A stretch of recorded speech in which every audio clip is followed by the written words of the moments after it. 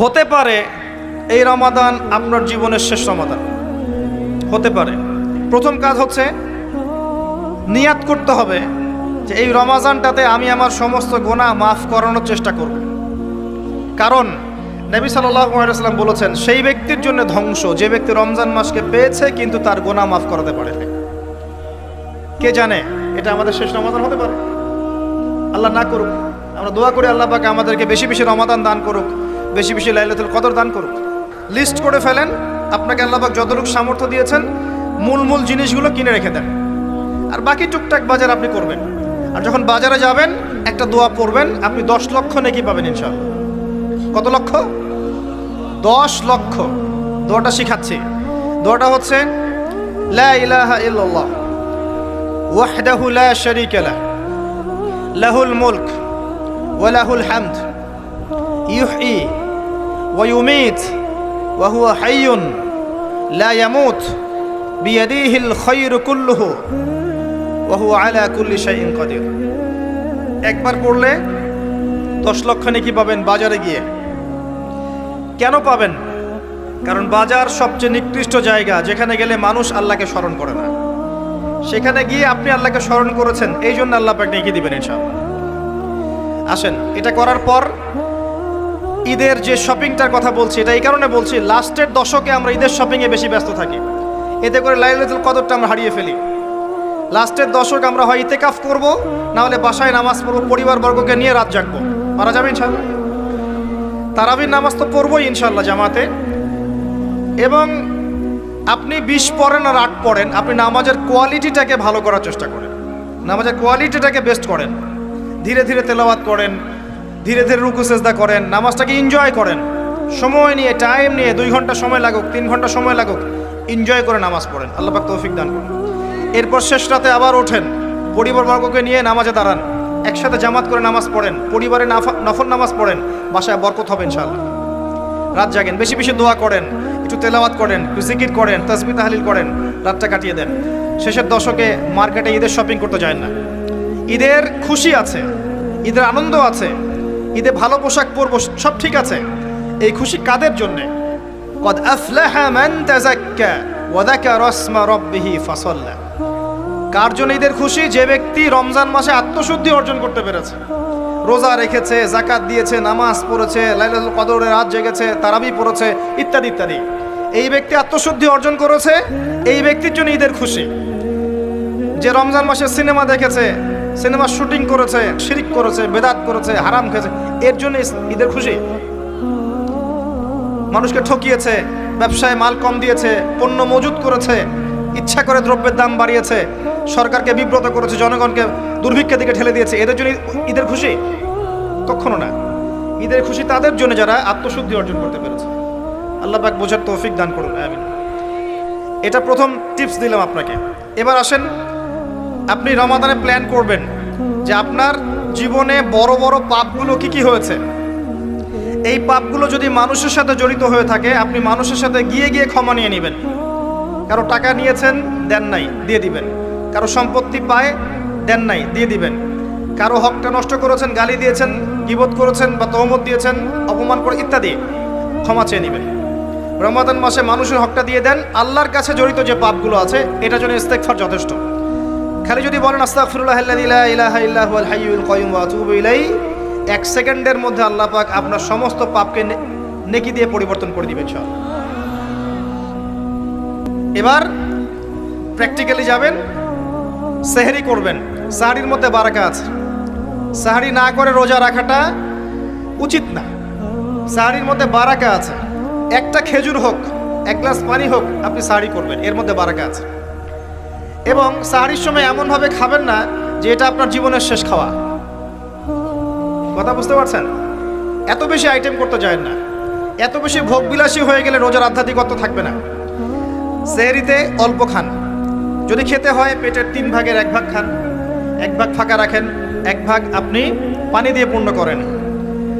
এখনকার কিছু তথাকথিত আশিকা রসুলের মতো হতে যায় না, যাদের ভুঁড়ির জ্বালায় চেয়ারে বসতে পারে না, এই কাজ করতে যায় না।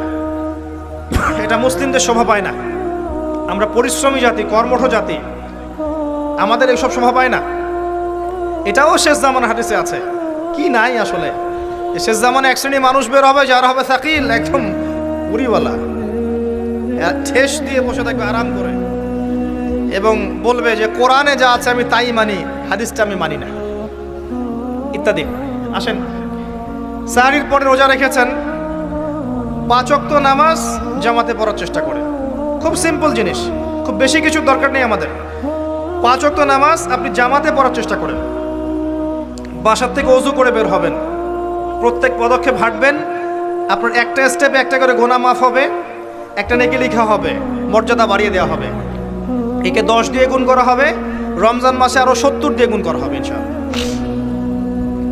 ফজরের নামাজটা জামাতে পড়লেন, নামাজটা জামাতে পড়ার পর আপনি বসে থাকবেন, কিছু সময় জিকির আজগার তাসবিহ তাহলিল করবেন, পারলে 1 পারা করে কোরআন তেলাওয়াত করবেন। রমাদান মাসে প্রত্যেক দিন 1 পারা করে কোরআন তেলাওয়াত করার চেষ্টা করবেন। 30 দিন 30 পারা, রমাদানে অ্যাটলিস্ট একটা খতম পারা যাবে, অ্যাটলিস্ট একটা খতম চেষ্টা করা যায় না ইনশাআল্লাহ।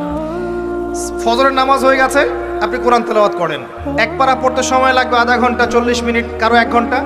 এরপর সূর্য উঠে যাবে, উঠে গেলে পরে আপনি 2 রাকাত ইশরাকের নামাজ পড়বেন, নামাজটা পড়ে বাসায় যাবেন। আল্লাহর নবী বলছেন সাল্লাল্লাহু আলাইহি ওয়াসাল্লাম, আপনার আমল নামায় একটা কবুল হজ, একটা কবুল ওমরার নেকি লেখা হবে ইনশাআল্লাহ।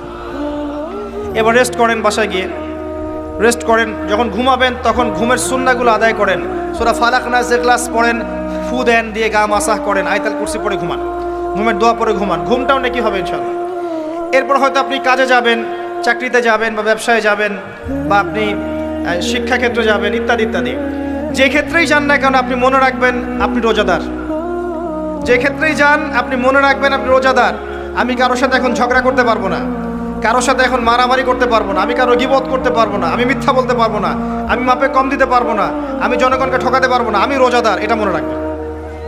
এটা মনে রাখলে পরে দেখবেন ইনশাআল্লাহ তাআলা আপনি আল্লাহকে পাচ্ছেন, আল্লাহর মারিফত পাচ্ছেন। খাচ্ছি না আল্লাহর ভয় না, পানি পান করছি না, স্ত্রী সহবাস করছি না, কার ভয়ে? আল্লাহর ভয় না? এত কঠিন কাজ করার পরেও রোজার নেকি পাওয়া যাবে না যদি রোজা রাখা অবস্থায় আমি মিথ্যা বলি, মাপে কম দেই, গীবত করি, সুদ খাই, জেনা করি, ইত্যাদি ইত্যাদি। নবী সাল্লাল্লাহু আলাইহি ওয়াসাল্লাম বলেছেন সেই ব্যক্তির পানাহার ছেড়ে দেয় আল্লাহর কিচ্ছু যায় আসে না যে ব্যক্তি রোজা রেখে অশ্লীল কাজ করেছে। মা বোনদেরকেও বলবো, রোজা রেখে যদি বেপরদায় চলেন রোজার কোনো দাম নাই। রোজা রেখেও যদি এমন কাপড় পরে চলেন যেই কাপড় পরা না পরা একই কথা, ঢাকা শহরের ফ্যামিনিস্ট মেয়েদের মতো জিন্স আর গেঞ্জি পরে ঘোরেন, রোজা রাখা না রাখা আপনার একই কথা। এটা রোজা হয়নি, উপবাস হয়েছে, উপবাস। ইকোনমিক সেকশন আমরা যারা আছি, আমরা যদি রোজা রেখেও সুদ খাই, আমার রোজা রাখা না রাখা আল্লাহর কিচ্ছু যায় আসে না। আমরা ধর্মীয় ক্ষেত্রে যারা আছি, জানা অনুযায়ী আমল যদি না করি, দিনকে দুনিয়ার স্বার্থে ব্যবহার করি, আমাদের রোজা রাখা না রাখায় কিছু যায় আসে না। আমরা যদি মিথ্যা বলি, অন্যের গীবত করি, অশ্লীল কাজ করি, গার্লফ্রেন্ডের সাথে সময় কাটাই, ওর সাথে কফি খেতে যাই, ডেটিং করতে যাই, এই যে ফেসবুকের মাধ্যমে চ্যাটিংয়ে প্রেম করি, ইউটিউবে অশ্লীল ভিডিও দেখি, পর্নোগ্রাফি দেখি, ইত্যাদি ইত্যাদি, এইসব রোজা রাখা না রাখা আল্লাহর কিচ্ছু যায় আসে না। আমি হাত জোর করে বিনতি করছি ভাই, খাওয়া পান করা, স্ত্রী সহবাস ছেড়ে দেওয়ার নাম রোজা নয়, এটার নাম রোজা নয়, এটা একটা অংশ রোজার মাত্র। রোজা রেখে আল্লাহর যাবতীয় হারাম ত্যাগ করলে পরে রোজা হবে ইনশাআল্লাহ। এই কাজগুলো করার চেষ্টা করি, আল্লাহ পাক তৌফিক দান করুন। রোজা রাখা অবস্থায় আপনি বেশি বেশি জিকির করবেন। কি করবেন? সুবহানাল্লাহ পড়বেন, আলহামদুলিল্লাহ পড়বেন, আল্লাহু আকবার পড়বেন, লা ইলাহা ইল্লাল্লাহ পড়বেন, লা হাওলা ওয়ালা কুওয়াতা ইল্লা বিল্লাহ পড়বেন হাসবি আল্লাহ ওয়া নি'মাল ওয়াকিল, সুবহানাল্লাহি ওয়া বিহামদিহি, সুবহানাল্লাহিল আযীম, সুবহানাল্লাহিল আযীম ওয়া বিহামদিহি। পড়বেন আস্তাগফিরুল্লাহ ওয়া আতুবু ইলাইহি, আস্তাগফিরুল্লাহ ওয়া আতুবু ইলাইহি। পড়বেন লা ইলাহা ইল্লাল্লাহ ওয়াহদাহু লা শারীকা লাহ, লাহুল মুলকু ওয়া লাহুল হামদু ওয়া হুয়া আলা কুল্লি শাইইন কাদির। পারা যাবে না ইনশাআল্লাহ? বেশি বেশি পড়বেন। আরেকটা কাজ করবেন, প্রতিটা কাজ নবী সাল্লাল্লাহু আলাইহি ওয়াসাল্লামের সুন্নাহ মাফিক করার চেষ্টা করবেন। সুন্নাহ মাফিক, খাচ্ছেন তার সুন্নাহ মাফিক, টয়লেট করছেন তার সুন্নাহ মাফিক, ঘুমাচ্ছেন তার সুন্নাহ মাফিক। সুন্নাহর বইগুলো আছে না বাজারে, কিনে নেবেন, কিনে নিয়ে দেখবেন প্রতিটা কাজ কিভাবে করলে সুন্নাহ হবে। এই কাজগুলো করতে কি আপনাকে গভর্নমেন্ট বাধা দিবে? বিশ্বের পরাশক্তিরা বাধা দিবে? আপনাকে কি কেউ পিটাবে এগুলো করলে? জেল খাটাবে? এগুলো আমাদের ব্যক্তি স্বার্থের ব্যাপার, ইচ্ছা করলেই করা যায়। এই ইচ্ছাটা আল্লাহ পাক আমাদের অন্তরে জাগ্রত করুন, আমিন। একটা কাজে কথা বলবো, নর্মালি আমরা ফরজগুলোতে বেশি ফোকাস করি, ফরজ ওয়াজিবে। রমজান মাসে সুন্নত মোস্তাহাবেও ফোকাস করতে হবে। রমাদানে একটা নফল আপনাকে ফরজের নেকি দিয়ে দিবে ইনশাল্লাহ।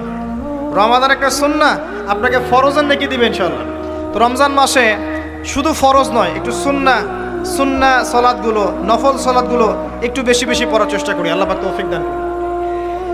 স্পেশালি একটা কাজ করার চেষ্টা করতে পারি, অজু যখন ভেঙে যায়, টয়লেট করলেন অজু ভেঙে গেল, সাথে সাথে হালকা করে অজু করে ফেলার চেষ্টা করেন। সবসময় পবিত্র থাকার চেষ্টা করেন। বেলাল আল হায়বাশী নাম শুনেছেন? রাদিয়াল্লাহু আনহু। নবী সাল্লাল্লাহু আলাইহি ওয়াসাল্লাম বলছেন, আমি যখনই জান্নাতে গিয়েছি বেলাল তোমার পায়ের শব্দ শুনেছি। সুবহানাল্লাহ। যেই বেলালকে উত্তপ্ত মরুভূমিতে শুইয়ে নির্যাতন করা হচ্ছে, সেই বেলাল বলছেন আহাদুন আহাদ। সেই বেলাল রাদিয়াল্লাহু আনহুর নামে শানে সূরা নাজিল হচ্ছে কুল হুয়াল্লাহু আহাদ। ওই বেলাল রাদিয়াল্লাহু আনহুকে নবী সাল্লাল্লাহু আলাইহি ওয়াসাল্লাম বলছেন, যখনই জান্নাতে যাই তোমার পায়ের আওয়াজ শুনি। তুমি কি এমন আমল করো যার কারণে এই মর্যাদা তোমার? বেলাল রাদিয়াল্লাহু আনহু বলছেন, আমি তো স্পেশাল তেমন কোনো আমল করি না, আপনারা যা করেন আমিও তাই করি। তবে আমার যখনই ওযু ভেঙে যায় আমি ওযু করি, আর আমি ওই ওযু দিয়ে 2 রাকাত নামাজ পড়ি। এটাকে তাহিয়াতুল ওযুর নামাজ বলে। রমজান মাসে করার চেষ্টা করি, আল্লাহ পাক তৌফিক দান করুন। আমরা অনেকে মসজিদে যাই, থাপ করে বসে পড়ি, করি না এই কাজটা? মসজিদে গিয়েছি, থাপ করে আগে বসে পড়ি। মসজিদে গিয়ে 2 রাকাত নামাজ পড়ে বসা সুন্নত। মিনিমাম 2 রাকাত নামাজ পড়ে বসলে আপনি তাহিয়াতুল মসজিদের নেকি অর্জন করলেন, মসজিদের হকটা আদায় করলেন। ওই জায়গা আপনার জন্য সেজদার সাক্ষী থাকলো, কিয়ামতের মাঠে আপনার পক্ষে সাক্ষী দিবেন ইনশাআল্লাহ। এই সুন্নাহগুলো আমরা চর্চা করার চেষ্টা করি রমজান মাসে। রমজান মাসে দাড়িটা ছেড়ে দেন, দাড়িটা ছেড়ে দেন। এটা একমাত্র ভিজিবল সুন্নাত, দৃশ্যমান সুন্নাত, যেটা আপনার সাথে কবরও যাবে। যখন কাফন দেয়া হবে তখন দেখা যাবে না আমার সাথে আর কোন কোন সুন্নাহ আছে। এই একটা সুন্নতই দেখা যাবে আমার সাথে কবরে যাচ্ছে। কথা কি বুঝতে পারছেন? আমরা রমাদান মাসের সুন্নাহগুলো আমল করার চেষ্টা করি। তাহিয়াতুল মসজিদ আমল করার চেষ্টা করেন, তাহিয়াতুল ওযু আমল করার চেষ্টা করেন, বেশি বেশি জিকির করেন। এবার আসেন, রমাদানে যাকাত হিসাব করবেন। যাকাত, আপনার যাকাত হিসাব করেন, কত টাকা যাকাত এসেছে। যাকাতের হিসাব জানেন তো? হ্যাঁ, 7.5 ভরি স্বর্ণ, রৌপ্য কত? 52.5 তোলা। আপনার এই চাষাবাদের ওসর আসে, ব্যবসায়িক পণ্য থাকলে, সঞ্চিত সম্পদ থাকলে সব কিছু হিসাব করে মুফতি সাহেব আছেন, কওমি মাদ্রাসার আলেমদের কাছে যাবেন, যাকাতের ক্যালকুলেশন করে নেবেন যে আমার এত টাকা যাকাত এসেছে। এভাবে যাকাতটা রমজান মাসে দিয়ে দেওয়ার চেষ্টা করেন। যাকাত যদি আমরা না দেই, একটা শাস্তি শুনে রাখেন, আল্লাহ পাক এই সম্পদগুলোকে একত্রিত করে গলাবেন, গলিয়ে কপালে, গালে আর এই যে পিঠে লেপটে দিবেন, বলেন নাউজুবিল্লাহ। এবং এটা একটা সাপের আকৃতি ধারণ করবে, সাপ গলায় পেঁচানো থাকবে, কপালে দংশন করতে থাকবে, বলবে আমি তোমার মাল 7 ভোগ করো, আমি তোমার মাল 7 ভোগ করো। কবর এটা হবে, আমরা চোখে না দেখলেও এটা সত্য। নবীজি দেখে এসেছে মেরাজের রাতে এগুলা। এরপরে যাকাতের একটা সুবিধা আছে, এটা আমরা বুঝাতে পারি না। যাকাত ইসলামিক ইকোনমিক্সের বেইস। যাকাত ধনীর সম্পদে গরিবের হক। যে গরিবের কাছে টাকা পয়সা নাই, আপনার টাকা ওর হাতে চলে যাবে, ও খেয়ে পরে বাঁচতে পারবে, এটাই যাকাত। বুঝতে পারছি? যাকাতটা না দেন, ও আস্তে আস্তে আস্তে আস্তে আরো দরিদ্র হতে থাকবে। এর উপর আবার সুদ আছে, আবার পেপার মানিও আছে। যাকাতগুলো দিয়ে দেন, আল্লাহর ওয়াস্তে যাকাত দিয়ে দেন। অনেক মুসলিম আছে আমরা নামাজ পড়ি, যাকাত দেই না। অনেক মুসলিম আছে যাকাত দেয় না, নামাজ পড়ে। যাকাত অস্বীকারীদের বিরুদ্ধে আবু বকর সিদ্দিক রাদিয়াল্লাহু আনহু যুদ্ধ করেছিলেন। এজ এ আমির, রাষ্ট্রের পক্ষ থেকে যুদ্ধ করেছিলেন। আল্লাহ পাক আমাদেরকে যাকাত আদায় করার তৌফিক দান করুন। ফসল থাকলে ফসল, এর ওসর আসবে, ওসর এটা দিয়ে দিবেন।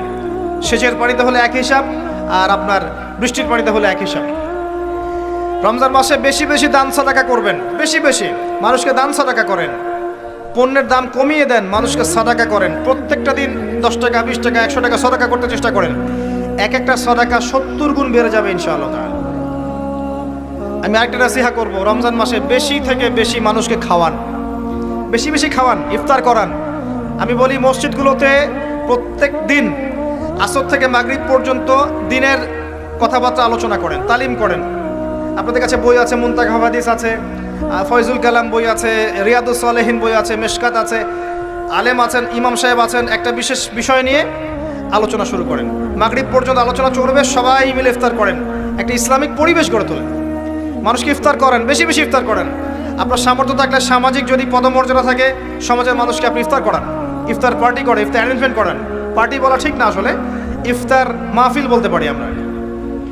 ইফতার মাহফিল করেন বেশি বেশি, মানুষকে ইফতার। একজন ব্যক্তিকে ইফতার করালে ওই ব্যক্তির রোজার নেকি আপনি পেয়ে যাবেন ইনশাআল্লাহ। প্রজেক্ট করেন, ইফতারের প্রজেক্ট করেন, মানুষের টাকাগুলো নেন, সংগ্রহ করে গরিবদের মাঝে ইফতার বিলিয়ে দেন। দুটা পদ্ধতি হতে পারে, আমি নিজেও করবো ইনশাআল্লাহ তাআলা। দুটো পদ্ধতি হতে পারে, ডেইলি বেসিসে ইফতার দিতে পারেন, অথবা মাসের বাজার করে দেন। এক মাসে কি কি লাগে, কতটুকু চাল, বুট, ডাল লাগে লিস্ট করেন, করে একটা ফ্যামিলিতে একটা প্যাকেট পাঠিয়ে দেন। দেখবেন পুরো ফ্যামিলি ইনশাআল্লাহ তাআলা রমজান মাসটা খেয়ে পরে বাঁচতে পারবে। এগুলো আমরা না করলে কারা করবো? অমুসলিমরা করবে। রমজান মাসে বেশি বেশি ইফতার করান, বেশি বেশি দান সাদাকা করেন। আর একটা কাজ বলে আমি শেষ করছি, রমজান মাসে পরিবারকে সময় দেন। পরিবারকে সময় দেন, পরিবারের হক আছে আমাদের উপরে। স্ত্রীকে সময় দেন, স্বামীকে সময় দেন, একসাথে ইফতার বানান। একটা পরিবেশ, একটা আনন্দ, একটা উৎসবের আমেজ যেন বিরাজ করে। ছোট ছোট বাচ্চাদেরকে রোজা রাখতে উৎসাহিত করেন। সবাই একসাথে বসে একটা বড় প্লেটে ইফতার করেন। বাচ্চারা যখন বড় হবে তখন বলবে, ছোটবেলায় আমরা বাবা মার সাথে এভাবে ইফতার করেছি, সংস্কৃতি লালন করেছি। পারিবারিক হৃদ্যতা চলে আসেন, প্রতিবেশীকে ইফতার পাঠান, প্রতিবেশীকে ইফতার হাদিয়া দেন, মসজিদে একসাথে ইফতার করেন। তারপর রাতের বেলা তাহাজ্জুদে দাঁড়ান, তারাবিতে দাঁড়ান, তারাবির নামাজে ধীর স্থিরভাবে কেরাত করেন। ইমাম যাকে নিযুক্ত করবেন তাকে সুললিত কণ্ঠে কোরআন তেলাওয়াত করতে বলবেন, ধীর স্থিরভাবে, তাকে প্রেশার দিবেন না। তার দায়িত্ব নিয়ে নেন। ইমাম হাফেজদের পুরো মাসের দায়িত্ব নেন, তার পরিবারের দায়িত্ব নেন। একটা সম্মানজনক হাদিয়ার ব্যবস্থা করে দিবেন, যাতে করে তারা নিশ্চিন্তে থাকে পুরো মাস, তাকে অন্যদিকে ফোকাস করতে না হয়। অন্য অন্য কান্ট্রিতে যখন কোনো সায়েন্টিস্ট থাকে, তার পরিবারের দায়িত্ব পুরো রাষ্ট্র নিয়ে নেয়। সে ঠান্ডা মাথায় গেলে গবেষণা করবে। একই প্রসেস, আপনি আলেম ওলামা, ইমাম, হাফেজদের দায়িত্ব নিয়ে নেন, তার পরিবারের দায়িত্ব নিয়ে নেন। বা হুজুর আপনি আপনার কাজ করেন, আমরা আপনার পরিবার দেখছি। তাকে আপনি কোরআন তেলাওয়াত করতে দেন, কোরআন হিফজ করবে, মানুষকে কোরআন শেখাবে, তারাবির নামাজ পড়বে, ইমামতি করবে, মানুষকে দার্স দিবে, খুতবা দিবে। আসেন, যে মেজর পয়েন্টটা বাকি আছে সেটা বলি। তার আগে এটাও বলি যে ইফতার করার সময় বেশি খাবেন না। যদি আপনি বেশি খান তাহলে আপনি তারাবির নামাজে দাঁড়াতে পারবেন না। আর একটা মেজর কথা, এটা লাস্ট পয়েন্ট, সেটা হচ্ছে এই মাসে কি নাজিল হয়েছে ভাই? কোন কারণে এই মাসটা সম্মানিত? এই মাসে আল্লাহর কিতাবকে সময় দিতে হবে, এই কিতাবকে সময় দিতে হবে। আল্লাহ রাব্বুল আলামিন বলেছেন এই কিতাবের মধ্যে সবকিছুর সমাধান আছে। আল্লাহ পাক বলেছেন এই কিতাবে কোনো সন্দেহ নাই। আল্লাহ পাক বলেছেন এই কিতাব আমাদের জন্য সুসংবাদ এবং শেফা, আরোগ্য, রহমা। এখন একটু বসেন, একটু সময় নেন। এই কিতাব প্রথমত আপনাকে তিলাওয়াত করা শিখতে হবে। রমজান মাস আসার আগেই আপনি তিলাওয়াত করা শিখে ফেলেন। যদি না জানেন, রমজান মাসে পুরো এক মাস তাজবিদ শিখবেন স্থানীয় ইমামের কাছে। পারবেন না? এক মাসের মধ্যে কোরআন তেলাওয়াত শেখা সম্ভব, এক মাসে শেখা সম্ভব। শয়তান আপনাকে তিনটা ধোঁকা দিতে পারে। শয়তান আপনাকে বোঝাতে পারে আপনি অনেক জানি, আমার জানার দরকার নাই। শয়তান বোঝাতে পারে আমার বয়স হয়ে গেছে, আমার দ্বারা হবে না। শয়তান বোঝাতে পারে আমার অনেক সময় পড়ে আছে, পরে শিখে নিব। আল্লাহর ওয়াস্তে শয়তানের ধোঁকায় পড়বেন না। এই মাসে কোরআন শেখেন। কে জানে আপনি আগামী মাস পান কিনা। কোরআন শিখে নেন, রমজান মাসে তেলাওয়াত করে শিখে নেন। কি পাবেন? কয়েকটা হাদিস বলছি। নবী সাল্লাল্লাহু আলাইহি ওয়াসাল্লাম বলেছেন এই কোরআন আপনার পক্ষে দলিল হবে অথবা বিপক্ষে দলিল হবে। হুজ্জাতুন লাকা ওয়া আলাইক, আপনার জন্য শাফিউল লি আসহাবি, এটা সুপারিশকারী হবে আপনার জন্য। প্রত্যেক হরফে আপনি 10টা করে নেকি পাবেন। কোনোদিনও আমি বলি নাই কোরআন তেলাওয়াত করলে নেকি হবে না। এই যে কাটছাট ভিডিও দেখলে আলেম ওলামাও ভুল মেসেজ পায়, এবং দেখা যায় একজন বরেণ্য আলেম হয়েও ভুল কথা বলতে শুরু করে। এজন্যই বলি এর ক্ষতিকর দিক কত। মূল বিষয় তার নখদর পড়ে নাই, একটা কাটছাট ভিডিও দেখেছে, দেখেই কথা বলা শুরু করলো। কিন্তু সে আলেম, তার জানা উচিত কাফা বিল মারই কাযিবান ওয়া হুয়া ইয়াকুল কুল্লামা সামিআ। একজন মানুষের জন্য মিথ্যাবাদী হওয়ার জন্য এতটুকু যথেষ্ট, যা শুনলাম যাচাই বাছাই না করেই প্রচার করলাম। ইয়া আইয়ুহাল্লাযীনা আমানু ইন জাআকুম ফাসিকুম বিনাবাইন ফাতাবায়ানু। কোনো ফাসিক যদি কোনো খবর নিয়ে আসে, সেটা আগে তথ্য যাচাই করো, তারপরে কথা বলো। ইজতানিবু কাসীরাম মিনাজ যন, বেশি বেশি অনুমান থেকে বেঁচে থাকো। ইন্না বা'দা যন্নি ইসম। এগুলো আমরাই ভুলে যাচ্ছি এখন। আমি বলছি, বারবার স্পষ্ট করে বলছি, কোরআন তেলাওয়াত করলে প্রত্যেক হরফে 10টা করে নেকি হবে, এবং কোরআন তেলাওয়াত করলে আপনার জীবনে বরকত আসবে, রিজিকে হায়াতে বরকত আসবে, আপনার কলবে আল্লাহর নূর আসবে ইনশাআল্লাহ তাআলা। কোরআন আপনার পক্ষে সাক্ষী দিবে, আপনার পক্ষে দলিল হবে, হুজ্জা হবে ইনশাআল্লাহ। প্রত্যেক হরফে 10 নেকি। তবে শুধু তেলাওয়াত করলেই আমি কোরআনের অর্থগুলো বুঝতে পারবো না, আর অর্থগুলো না বুঝলে আমি কোরআনে আল্লাহর মৌলিক মেসেজগুলো ধরতে পারবো না। ধরতে না পারলে সেই মেসেজগুলোর উপর আমল করতে পারবো না। এই কারণে কোরআনের অর্থটা বোঝা জরুরি, এর ভাষা শেখা জরুরি, কারণ আদেশ নিষেধ আমাকে মানতে চাইতে হবে।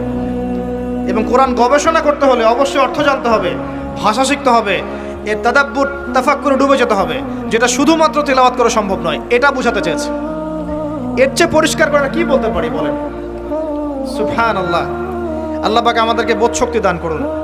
আল্লাহর ওয়াস্তে রমজান মাসে ভাই কোরআন তেলাওয়াত বাড়িয়ে দেন। যারা হাফেজ আছেন এই মাসে হিফজ চর্চা করবেন। আমার জন্য দোয়া করেন যেন আমি এই মাসে পুরোটা হিফজ করতে পারি। হিফজ চর্চা না করতে করতে অনেকটা ভুলেই যাচ্ছে।